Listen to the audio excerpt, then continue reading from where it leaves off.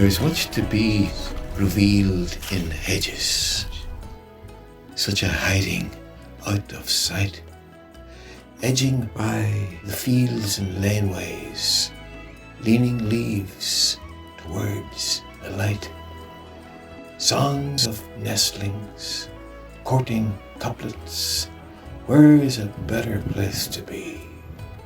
Nettles, dockings, talking answers, thorns and roses both agree to be together by the hedge school, unconformers, it would seem, learning dreams again, returning, safe across the whispering stream. I grew up in Annalong and lived very close to Moneydarragh primary school. So after going there for 5 or 6 years in my younger years, I definitely have a little bit of a soft spot for the people in the place. So as I was finishing my art degree in 2018, which was in ceramics, silversmithing and jewellery, Moneydarragh Primary School closed, and with that it meant the creation of a committee of local people who wanted to keep the building open for community use.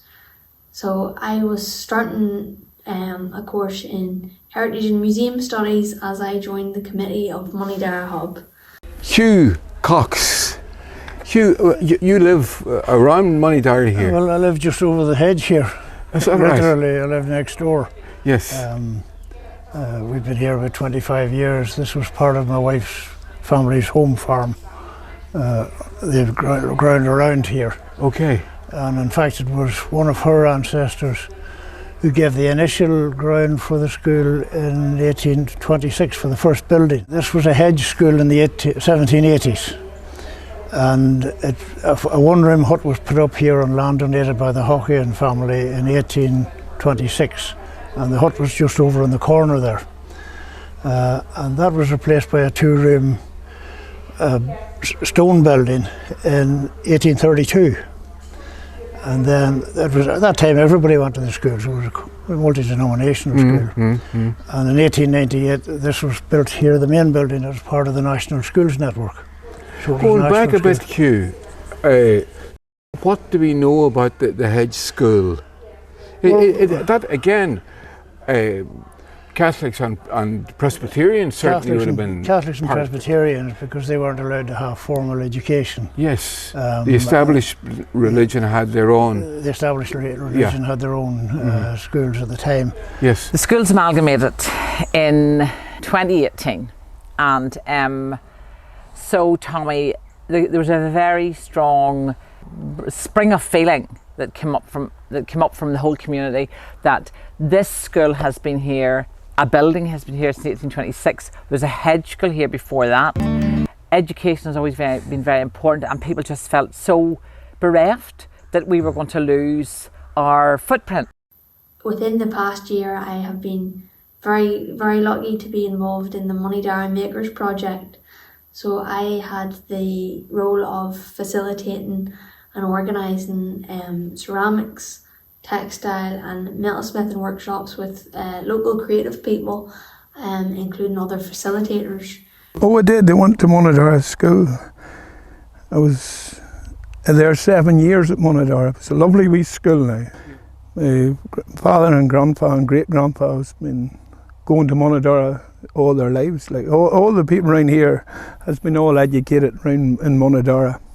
My great-grandpa went to the Hedge school along the river, so he did. And the teachers were spaced out between other schools, and they would go 3 days to, or 2 days to some other school. They were very learned people, like they were, and they'd come straight from the poetic tradition and the bards and all of that. And so they were very well versed in the classics and all of that. So it would have been a very eclectic kind of an education. The last Hedge schoolmaster was Thomas Digney, and he became the first headmaster of this school here. Yes. In 1826. Some of the old Hedge school teachers were also more or less bards, so they taught a bit of music as well and a bit of singing. You're a fiddle player yourself. I play a very bad fiddle. Ah, that's it. And a bit of, That's what all the good fiddlers say.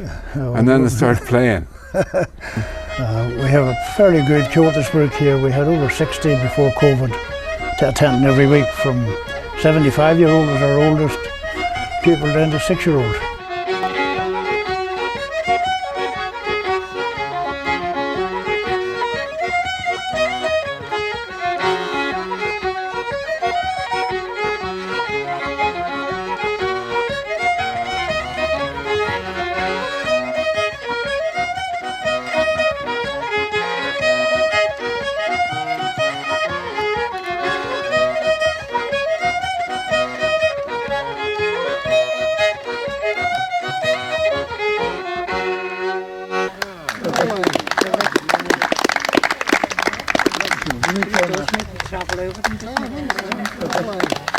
Hey, Wendy.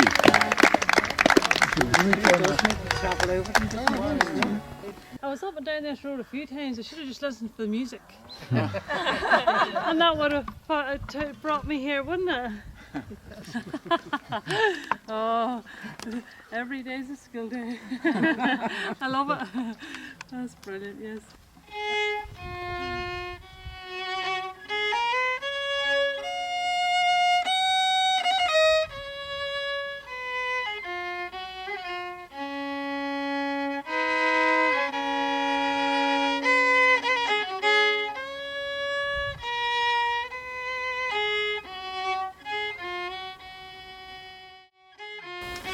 Let's fly with the raven for a bird's eye view over Dinny Water where Binion Tunnel runs to, past the brandy pad where the smugglers walked. What stories, if only those hills could talk. Slave Donner's summit, a deafening hush. Time stands still, no need to rush. Absorb the view, take in the sights, and wow, how Percy French was right. There are many sights in the world to be seen, and we know that far off fields look green. But whether you settle, visit or roam, you're from a great place if Mournes is your home. And that's majestic Mournes.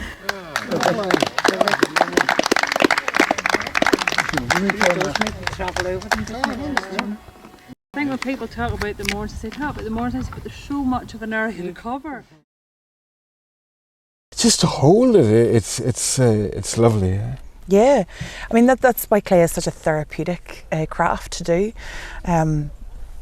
The great thing about it is you can make something, but if it doesn't work and you don't like it, you can squish it back together again and start again. Yes, you know, yes. you can change it, constantly change it until it's dried, of course. But and the great thing about it is even whenever it dries out, if something breaks or you don't like it, you can smash it, add some water to it, and it'll break back down again, and it can return to the earth. It's only once it's been fired. Clay is then known as ceramic once it's been fired. Okay. And ceramic will not break down and it'll last forever. So you could make a pot, you could bury it in the ground, and in 1,000 years dig it up and it'll still be exactly the same. Amazing. Just imagine what God must have felt like whenever he's making the earth. I wonder what shape will we make it. And what would you do now? Just take that in your hand there and do something. Do something. Talk about being put on the spot. Well, to give you an idea, so back years ago, whenever we were still hunter-gatherers and we were roaming the landscape, the first primitive pots that men and women would have made would have been a simple pinch pot.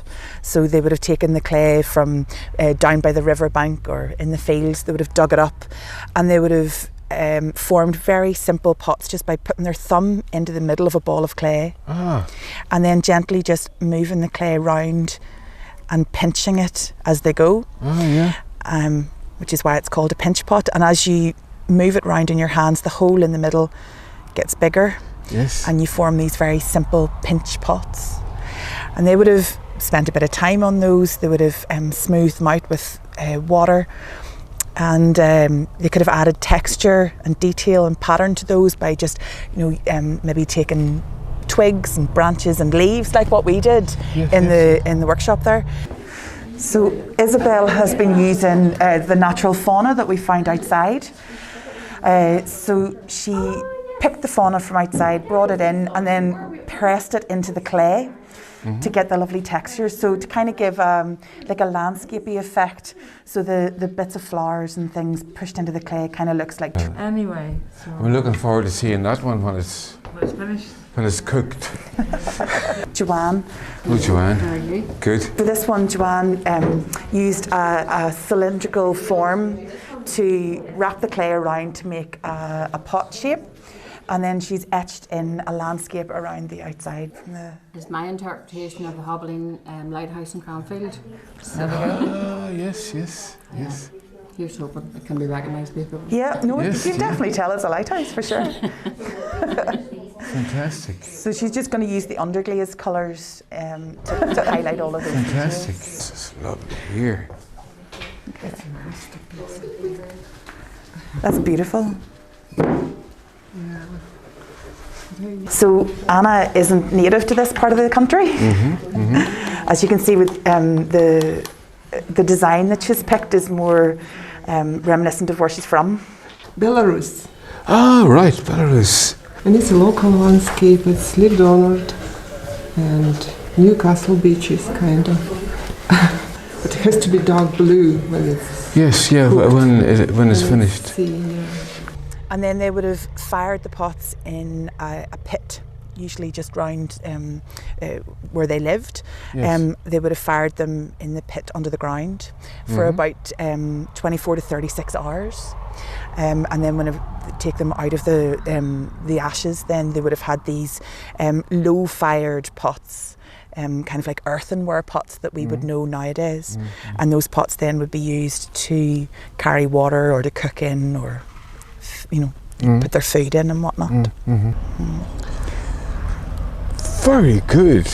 So I would have to, if I thought that was good, or if somebody else thought it was good, which is probably not all that good, of course, but I would fire it.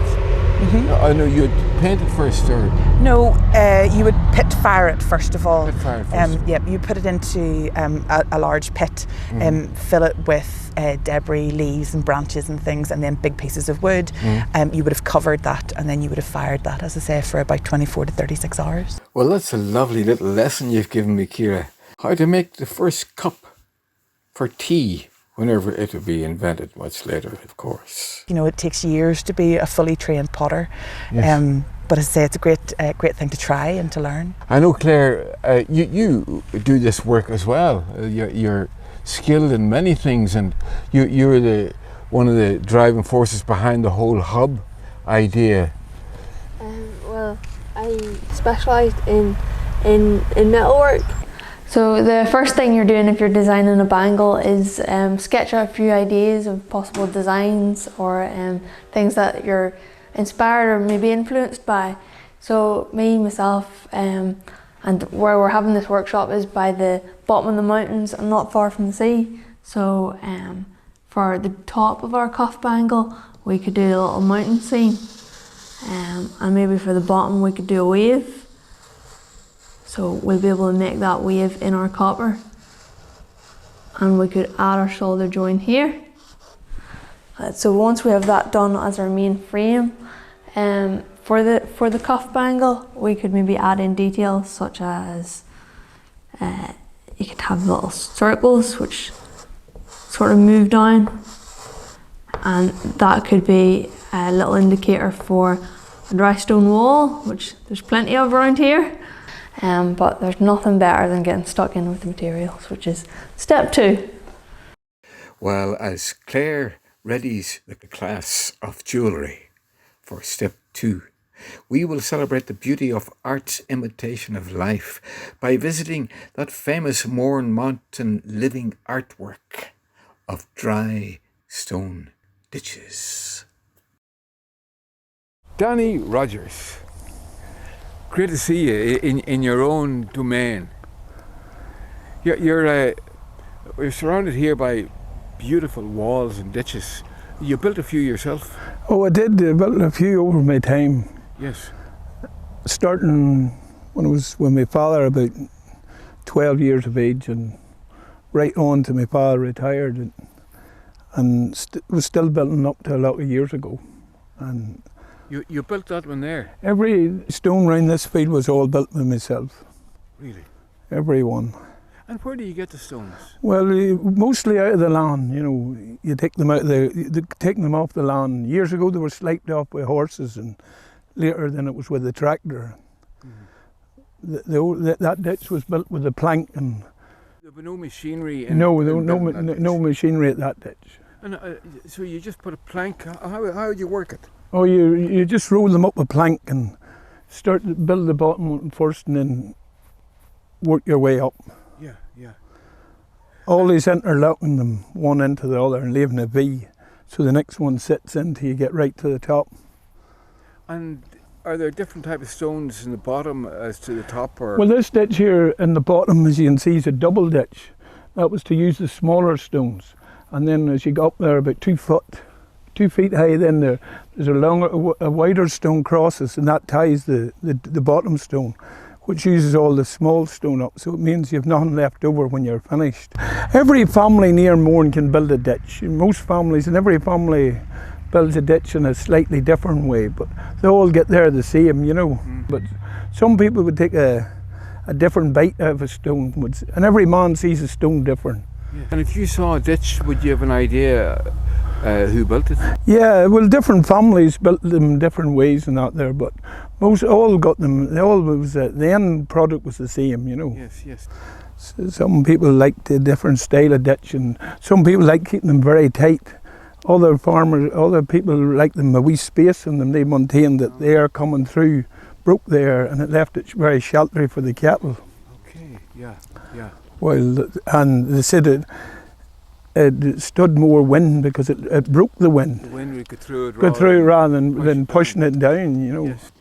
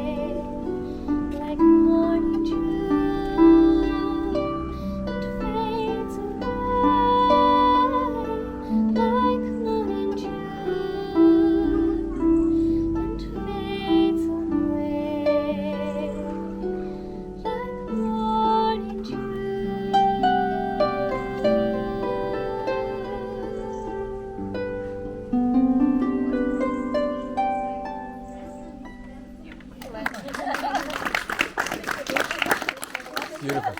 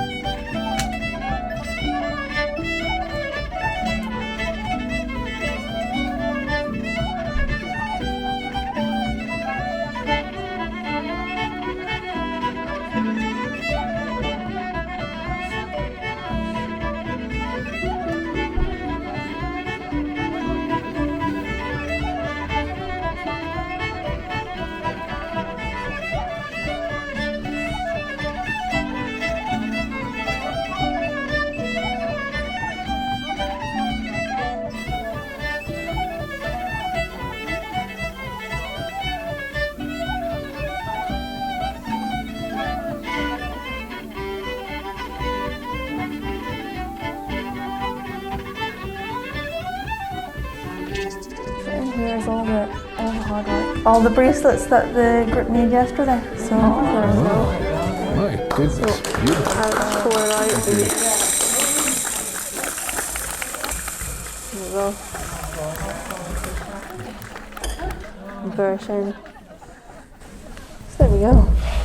A traditional sense about it as well.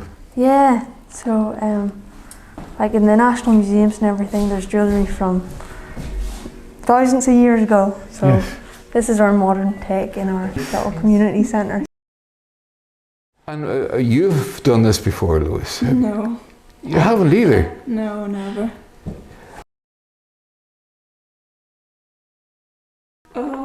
I just like hearts. I don't know. It Yes. looked nice, so I just did whatever I wanted. And what about the lady here in the red cardigan? I'm Brenda. Brenda? I'm a novice at jewellery making, but Claire told us all to start off with some designs. Yes.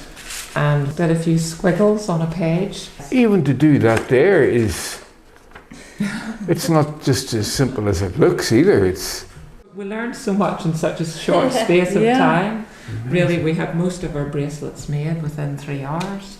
So it was a crash course, but Yes. very enjoyable. Very enjoyable. Would you ever think of going into this full time? We couldn't go in competition with Claire. Well, of course you can travel to the next village. That's true. And Isabel, how did you take to it? Well, I really enjoyed it. I don't know if I did it very well, but I thoroughly enjoyed it. Yes. And, anyway, I would say we've all ended up with a couple of pieces of jewellery, Yes. from 2 afternoons, We were complete beginners, Yeah. and That's amazing. lovely, nice jewellery set. Yes. So, It's beautiful and very, very elegant, and to see the result, it must be a great feeling of celebration.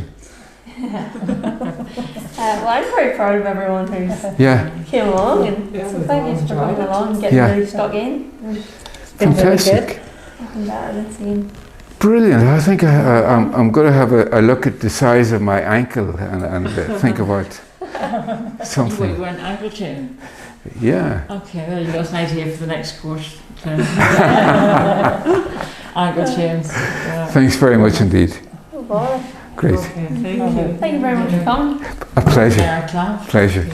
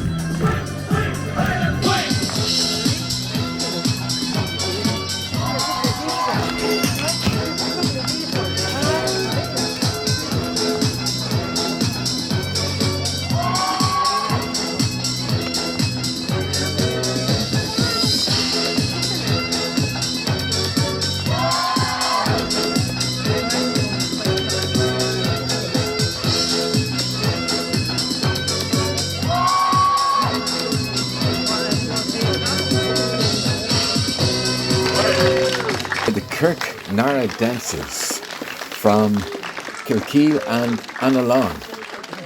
Wonderful dancing.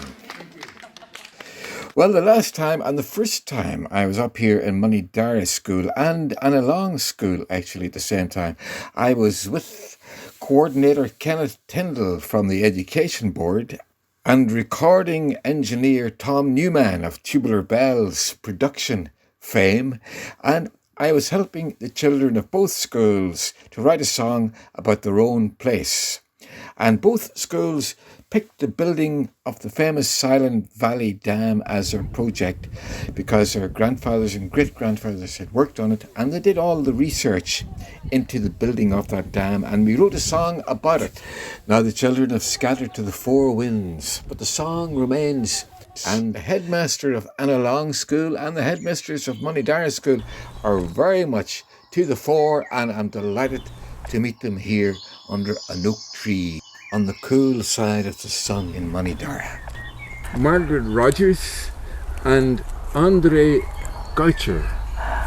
And it's 20 years ago since we last met, and maybe the first time we met. And it was, you were the principal in Anna Long School. You were just started there. And Margaret, you were the principal in Moneydarragh. In Moneydarragh, yeah. We were bringing the two schools cross community-wise. And that was a gorgeous project. Well, I was in the classroom there, and there was a slight sniff of chalk. Was there? I noticed, Andre, you went in yourself there. Hi, chalk. Margaret, just having a look around. Yeah. Because you both met up there. And I suppose you've been involved in education for years. A couple of things. First of all, you talked about the chalk, so I'm going to home in on that by saying that, of course, chalk and talk no longer happens. We're using interactive screens across our own school now, and I actually don't go home some evenings, bucket of popcorn, movie on, high definition. Stop, wonderful, you do not. wonderful. But yeah, so technology has moved things on greatly, but we are actually taking what I call a step back, because we have just applied to become a forest school. What so school? A forest school. Really? With the Northern Ireland Forest Schools Association. Really? And they're based in Clandyboy. COVID hasn't helped, but we really feel that the children need to get outside into the fresh air. COVID, and I know you haven't asked about COVID, but it has made us rethink what we do in very positive terms. I have a passion for the outdoors, have had throughout my life. And so for me to be able to encourage the children to engage with the outdoors in new and exciting ways, whether it's shelter building, even survival skills, believe it or not, at an early age, you know, oak tree, one of the most important native tree species anywhere in Ireland, you know, the UK. So, so people are rediscovering their natural surroundings, what's of real value. And I think this hub, which I've come into for the first time today, is going to create fantastic opportunities hopefully. For the wider community. So that's a wonderful thing too. But, you see the oaks, just when you're talking about the oaks, Moneydarragh means Darragh is oak. Okay. So Moneydarragh means oak grove, or Moneydarragh, it could be Darragh, which means dark. Okay. So that could be dark grove. So I'm not sure, but just that was the importance of the place names in Irish, you know. I do say this to the children constantly, you know, whilst we don't teach Irish at the school, look at the names around you. The Irish names, the Gaelic names for us. I mean, Binion would be boring if it was just called Rocky Top or whatever. You know, we take like Ben Nevis as a big Sea Finn. And the Viking influence on along the place of the long ships or long boats, and you have Silk Island just off Ballymartin, seals. That's right, and that's from the Vikings. Norse. From Norse, that's right.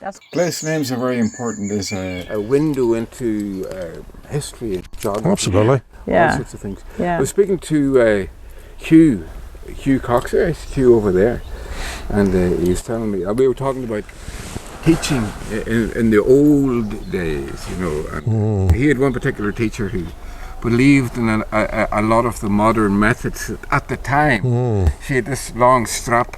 The strap would turn around and get you in the back of the hand as well. So quit! It curled around you. Yeah, that was sort of the idea. I needed to keep my trousers up. There's no way that's happening, honestly. But what I saw, you've got a good connection. A very good connection, actually. And we'll be talking more about that after this.